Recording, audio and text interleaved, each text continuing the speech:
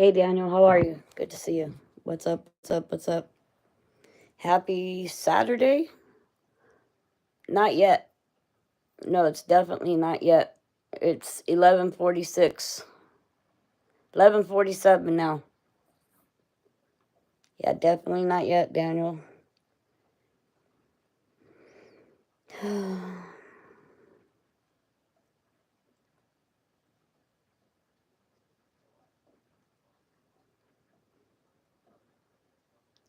Okay, I guess I'm gonna probably get started because I'm tired. And I didn't expect to do this live actually. Um I did, but then I didn't. I put out a community post that I was gonna be doing it, so we're doing it. But it's been a long time coming, that's all. I have notes that I wrote down to look at. Pretty much my mind hasn't changed on my perspective of what happened to Sebastian Rogers. But tonight we're going to discuss it into detail because I feel like it's needed.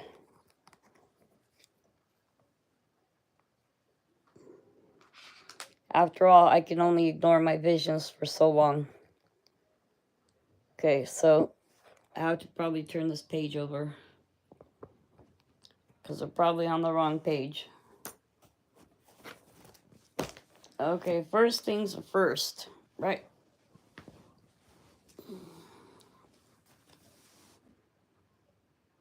Okay, first of all, someone called the police,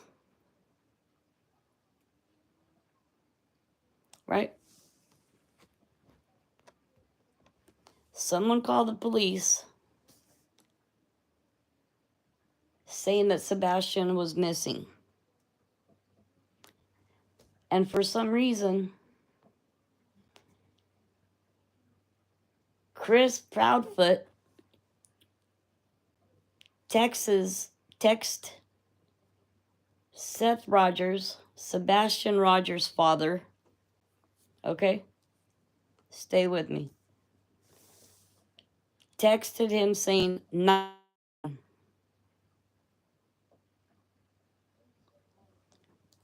Okay?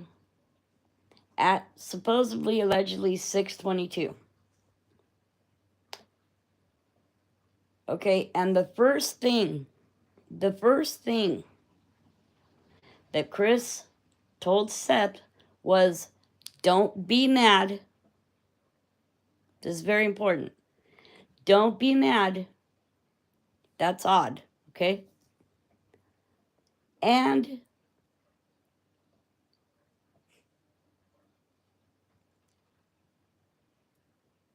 okay, don't be mad. Didn't ask if Seth saw Sebastian or anything. He just said, don't be mad. But Sebastian is missing and the cops are at our house. Okay? Right? Are you getting this so far? I'm also watching a spooky movie. What the heck on God's good earth just happened? Hold on, I gotta rewind a bit. Because all I know is they got into a wreck.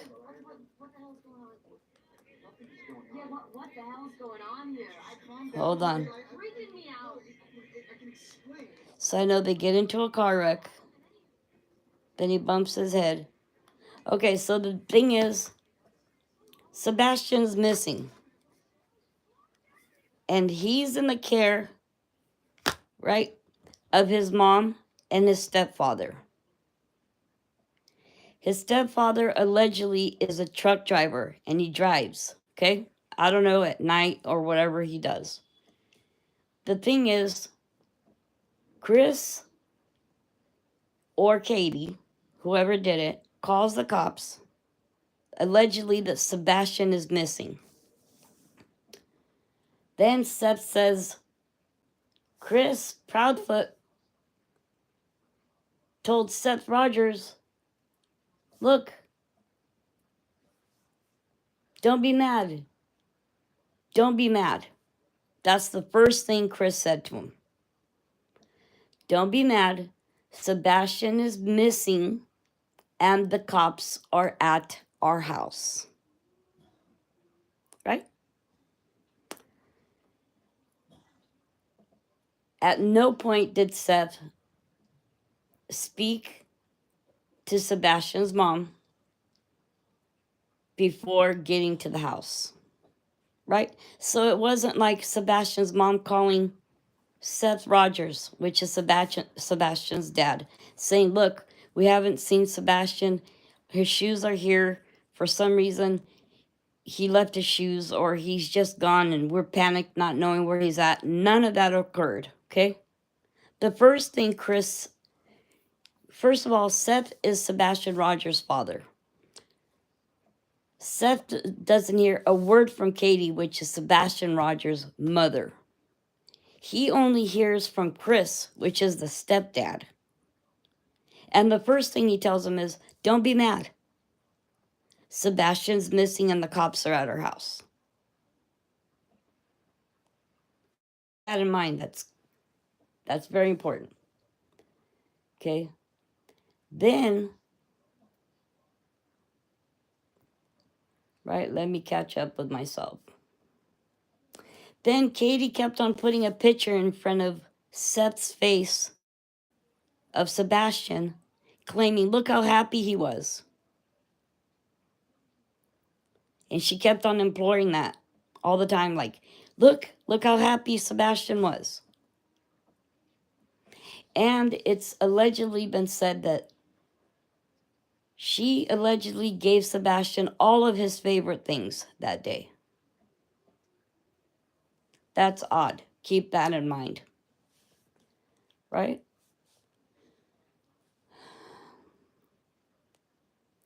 The fact that she kept on putting the picture in Seth's face saying, look how happy he was. He had everything, right? But to me, I'm reading that the other way, right? To me, it's implying, I know I haven't done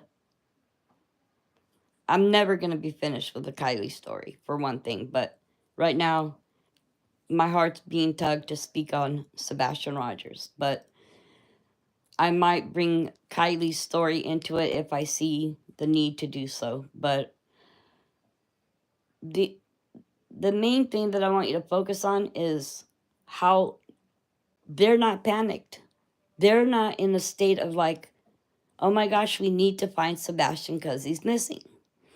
And the fact that Sebastian had autism or has autism, I'm not even speculating that Sebastian is alive any longer. It's just my opinion that he isn't, okay?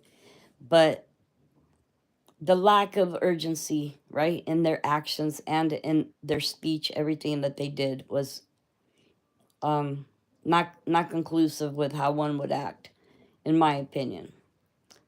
Okay.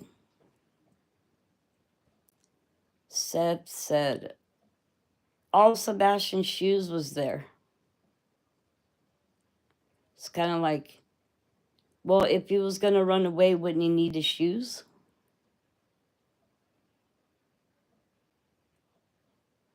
That's a good point, right? Someone that's going to be planning on running away is not going to leave without their shoes.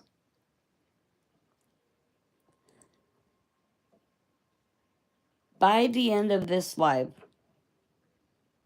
everybody should have a better perspective of what's going on with the Sebastian Rogers case. Because I'm going to make it clear and obvious to everybody. Okay? So Seth is there. Seth gets to the house, which is Sebastian Rogers' father. And Katie, Sebastian's mom, is putting a picture of Sebastian in Seth's face, saying, look how happy he looked. Then Seth noticed that all Sebastian's shoes were there. That's a clue. The fact that Sebastian disappeared without shoes on is crucial and a very important clue in the Sebastian Rogers I don't think he cared. I don't think he ran away. We're going to get into all the details one by one. Okay, let's continue on. What was my second point again before I continue on the next page? Sebastian was taken out of the house, okay? And his shoes being at home was to confuse everyone in thinking that Sebastian would leave without his shoes. Well, due to the fact that he's autistic, remember? He's autistic. In other words, anything could be possible. It's unpredictable, right? Because he's autistic. And I don't believe that for a second. In my opinion, they mistreated Sebastian. They kept him from having a phone and a way to communicate to anyone at any time that he was being mistreated at any time, right? They completely controlled everything. So let's continue. So Sebastian's father noticed the shoes there. That's very important. His bed wasn't made. There were dirty clothes on the floor, right?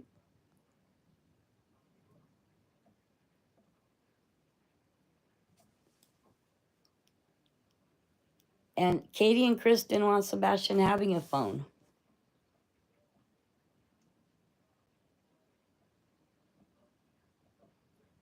In my opinion, they made his life a living HELL. And in my opinion, there was a plan to get rid of Sebastian. That's my opinion. Okay, let's continue because there's a lot more for me to get through with you about Sebastian Rogers. In my opinion, Katie and Chris, or one or both, did something that caused Sebastian's unaliving. And in my opinion, Chris took him somewhere while Katie claims she was asleep. On the way back from wherever Chris took Sebastian, the cops were called and Chris acted like he'd been working and wasn't home all night. Let's talk about the dogs. The dogs didn't pick up Sebastian's scent leaving the house. Well, that's because Sebastian would always leave the house. How would the dog know any other way that Sebastian would have left the house that night, for example? Okay, so put it into your head like this. In other words, that's telling us Sebastian Rogers left the house alive. Okay, and the dogs didn't detect Sebastian there because when he was there, he was alive. And when he left there, he was alive. Okay? Nothing happened to Sebastian at the house. They went extra, took extra precaution to take Sebastian away from the house alive. In my opinion. Now, if you think about it, well, you've seen Elijah was found, little baby Elijah, right? His mom was sending him off with her boyfriend to like some kind of baby camp BS to teach him discipline. And they said that the baby walked out of the house. It's like another Quentin Simon case. Babies don't just walk away. Kids are dependent on adults to take care of them. And it's adults' responsibility. It was Katie's responsibility to keep Sebastian Rogers safe. She failed to do that. Not only that, in my opinion, she had a hand in whatever happened to her son. That's why the urgency doesn't exist anywhere in the story. Okay? So the dogs obviously would not have picked up the scent of Sebastian because he left the house alive. Had Sebastian not been alive and been carried out of the house, the dogs would have picked the scent up, right? After him being deceased. Okay? So that's why something's telling me that this whole thing was kind of working itself to this head, right? It came to this extreme point. Like, in my opinion, Katie didn't have a close relationship with Sebastian Rogers. She's seen Sebastian Rogers being in her life like a duty and an obligation. Okay? She, in my opinion, wasn't a devoted, like, nurturing mother to Sebastian, right? She felt connected to him by obligation, in other words. And it's rather peculiar, and it's quite worth noting that it's rather strange that I heard Seth say tonight that he's uncomfortable being around Katie and her family, right? But it's strange, regardless of how much awkwardness there might be between them, that they would not have communication and speak directly with one another. To me, it's odd that it's her present husband, Sebastian's stepfather, that is communicating with Sebastian's biological father. That's telling me that Katie's avoiding communicating with Seth because Seth might be able to pick up on things that Chris might not be able to pick up on. Get it? To me, it's a sort an admission of guilt and also having knowledge and perhaps even allegedly not only being there but having a hand in it. Because what you don't do speaks just as loud as what sometimes you do, okay? Things that people do, that's the obvious thing, but sometimes things that people don't do speaks volumes just as much, is what I'm saying. Okay? And this live is taking a lot out of me because for some reason tonight, Sebastian Rogers was tugging at me to speak on of him.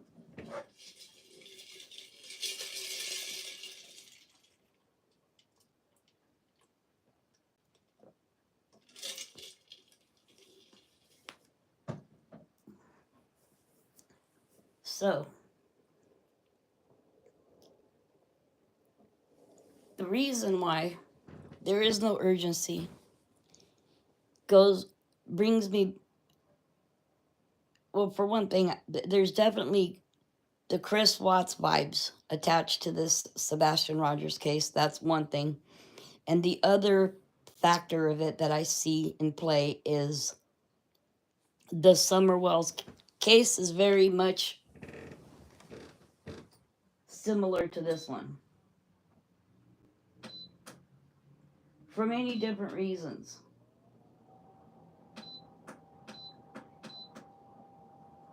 For many different reasons, but mainly for the fact that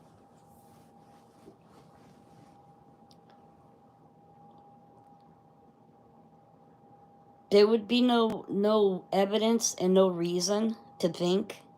Because, see, here's the deal.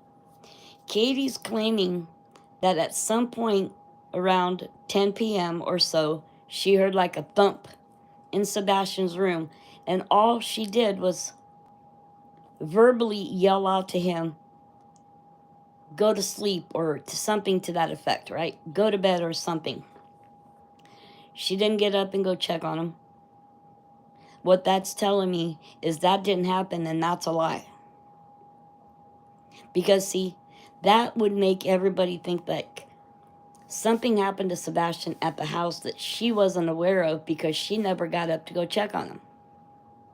So, in everybody's mind, is the picture that Katie Proudfoot and Chris Proudfoot is trying to get across is that Katie heard a noise in Sebastian's room, said, "Quiet down, go to sleep," and then she herself went to sleep, and in the morning noticed Sebastian gone, and I guess she contacted her husband, Chris, and said, blah, blah, blah. None of that happened. In my opinion, Chris Proudfoot was there, and he is the one that drove away with Sebastian, still alive in the car or the truck or however, whatever it was that they drove away in. I don't know if they had his work truck there at the house, or if he drove his vehicle to his work and then drove his work truck. I don't know what the situation is with that. But what I feel is that Sebastian left the house alive. Right? The dogs were unable to pick up his scent. Well, due to the fact that he's always in and out of the house every single day and always left and came back alive, the dog naturally wouldn't have picked up his scent, is what I'm trying to get across to you, right? So,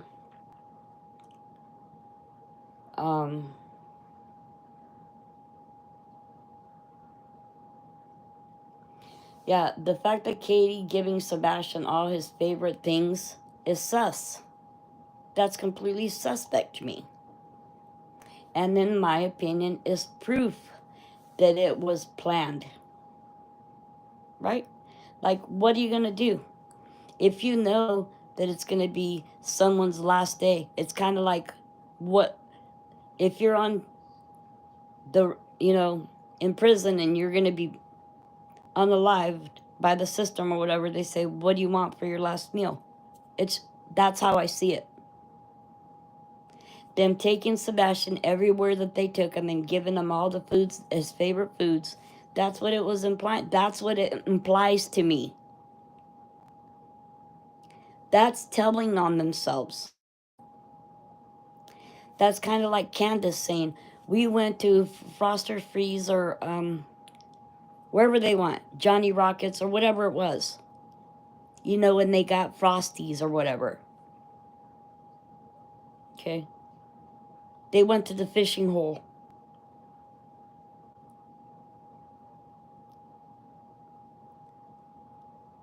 Right? So you're giving somebody a treat before you know something is going to happen to them, right? In the event that you would know that something would be happening to someone.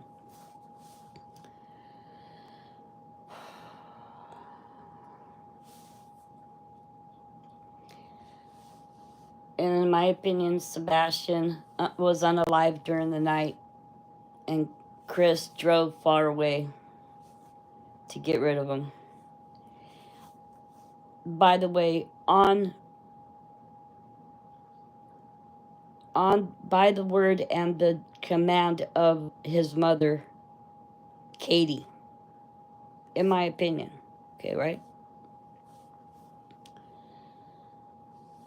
Sebastian being autistic is irrelevant to the fact that Katie is responsible for his safety. And in my opinion, if Sebastian felt like he was in danger, he would tell his dad and make it known. He'd want to not live with Kate and Chris.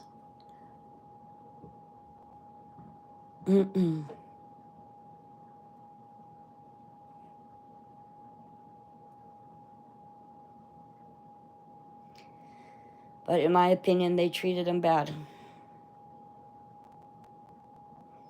And kept him around for child support.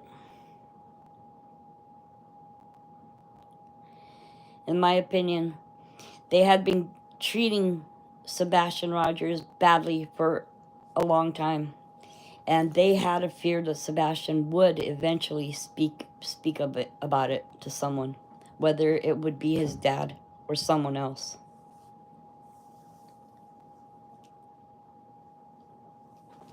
And in my opinion, that's why the whole plan was set into motion to make this happen.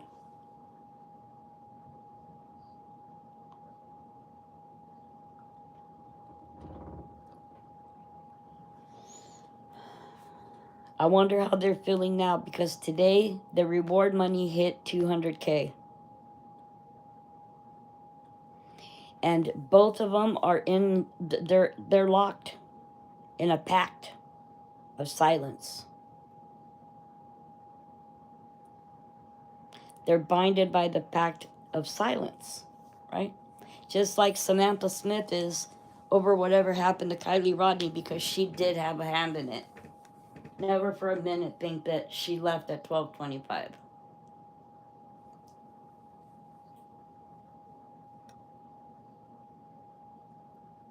Now, no one knows and can verify, or hasn't yet, as far as I know, verified Chris Proudfoot's movements throughout that night. And why was there a 3-hour conversation between Katie and Chris Proudfoot? Why? And as you know, live conversations, when you're talking to someone on the phone, there's no record of it, of what was said by who, right? Unless it's in a form of email, voicemail, text. There is no trace of what was said. But they talked for 3 hours that day, that night. Was that a normal thing? I wouldn't say that it is. I don't know how long they've been together and married, but my husband and I have been together for 18 years.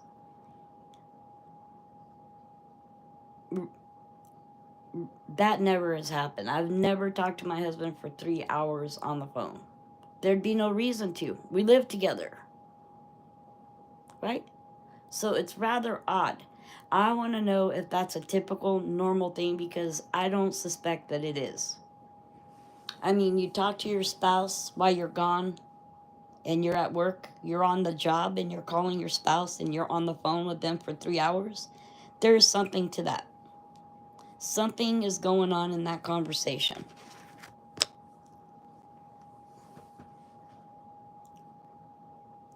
That's all there is to it. There is no other way to look at the situation. Sebastian Rogers' mother and his stepfather absolutely know exactly where he is.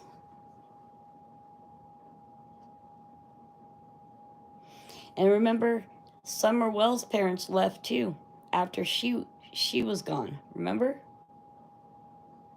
They up and jammed all of a sudden. They were gone for a while.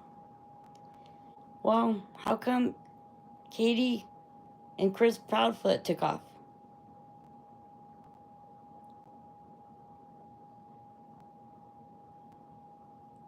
Well, that's like the same reason why cannot, can't, which is Summer Wells' mother, right? Candace Wells. Why Candace Wells couldn't talk to the cops. What was it, 13 days? Something to that effect, 13 days? Why? Why? Because, dude. Well, the number one is fear of being arrested, because you're just a freaking mess. If you're guilty of something like that, you're going to be a wrecking mess. Okay? And it's going to show through. Now, as the days went on, okay, it became easier to act normal because nothing was happening. And also, how if knowing and having knowledge that no one else has, right? Everybody else is looking for, it's like a secret no one else knows except for you, right?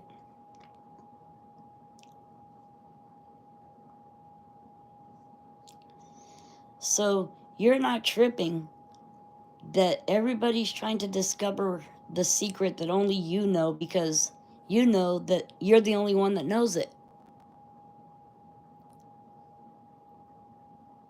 No one else is going to discover it, just like Summer Wells. Her parents already know where she is. That's why they never looked for her. They haven't until this very day.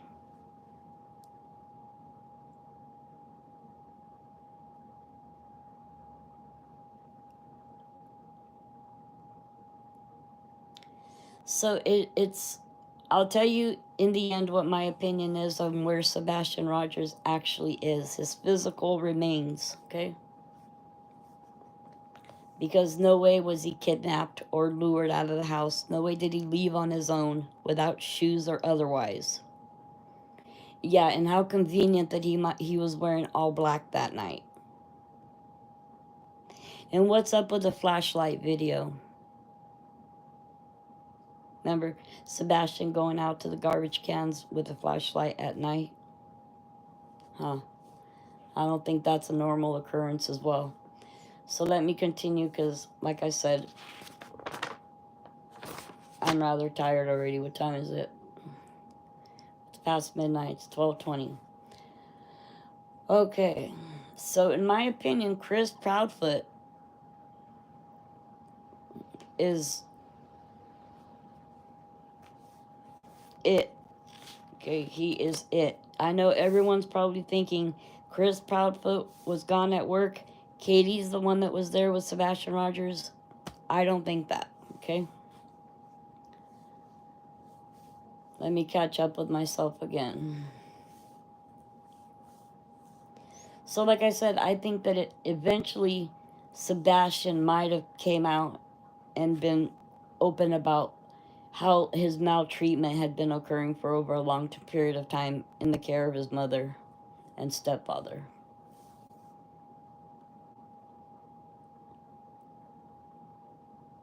But Agent Simmons, whoever that is, said not to do interviews.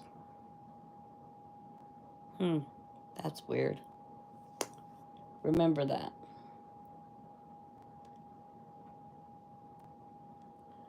Okay, where should we go from here?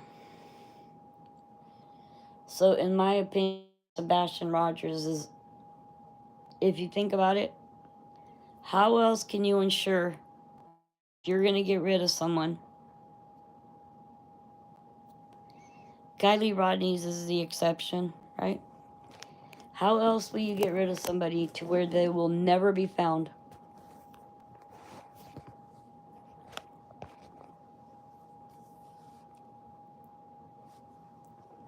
The only way, unless you put them under the ground deep enough to where no animal is going to come by and, you know, dig them up or anything. The only, because we've all seen people trying to burn, okay, the remains of someone, that doesn't work out well. The heat doesn't go hot enough to do the job.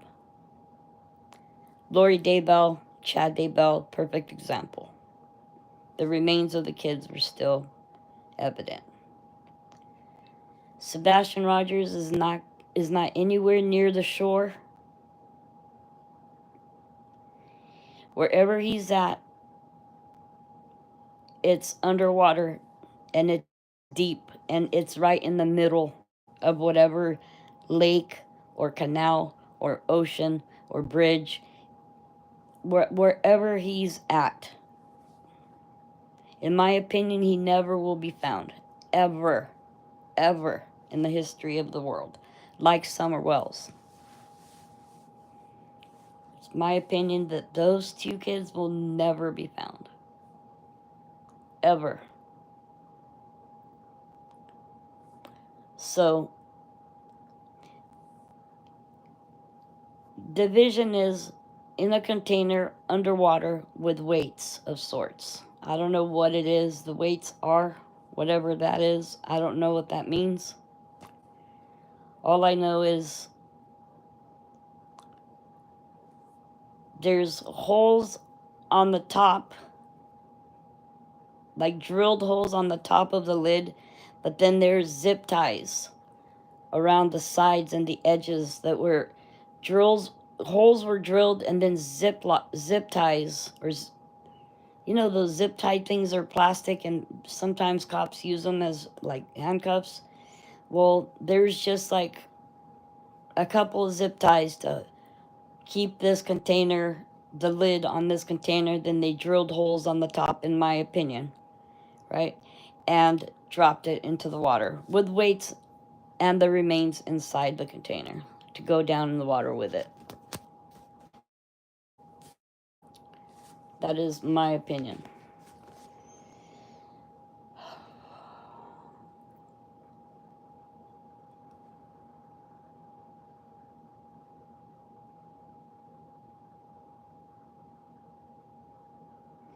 Why was Kathy, whoever that is, there with Katie when Seth arrived to the house?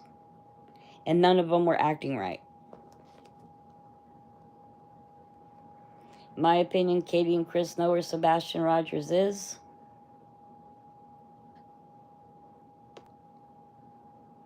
And they know that he won't be found, just like Summer Wells.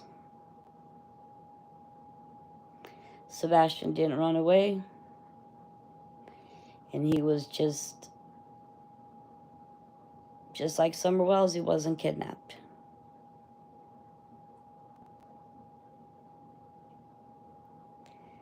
Although Summer Wells, I believe, was accidental. Her unaliving, I believe, was accidental.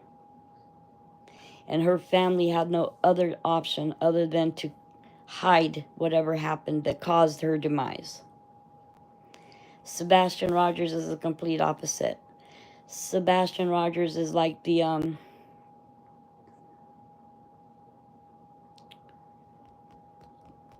Elijah View, was that his name? Elijah View? You know, where the mom like would send him away for like boot camp or whatever to teach him discipline with with her boyfriend, in fact, the Asian guy. And he's the one that unalived the baby. And they just recently found his remains out in the woods somewhere. Sebastian Rogers won't be like that. They literally made sure, okay? Because they're not going to go down for what happened to Sebastian. They just wanted to be free of that obligation.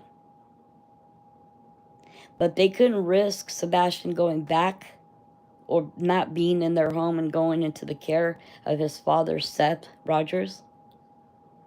Because somewhere along the line, he might have said what happened to him, right? He might have disclosed whatever happened. So they absolutely were not going to take a risk on that happening. So there, I did my live and fulfilled my obligation and my need and duty that I felt, not that I owed to Sebastian, but that I wanted to speak on his behalf for whatever reason. I'll close out this live and saying that I pray that peace is with each of these and all missing children and whatever horrific circumstances that caused them to not be with us anymore. I know that God holds them now. Thank you all for being here. Thank you for listening. God bless you. God bless America. God keep our President Donald Trump safe. And as always, justice for Kylie Rodney. Good night and bye for now.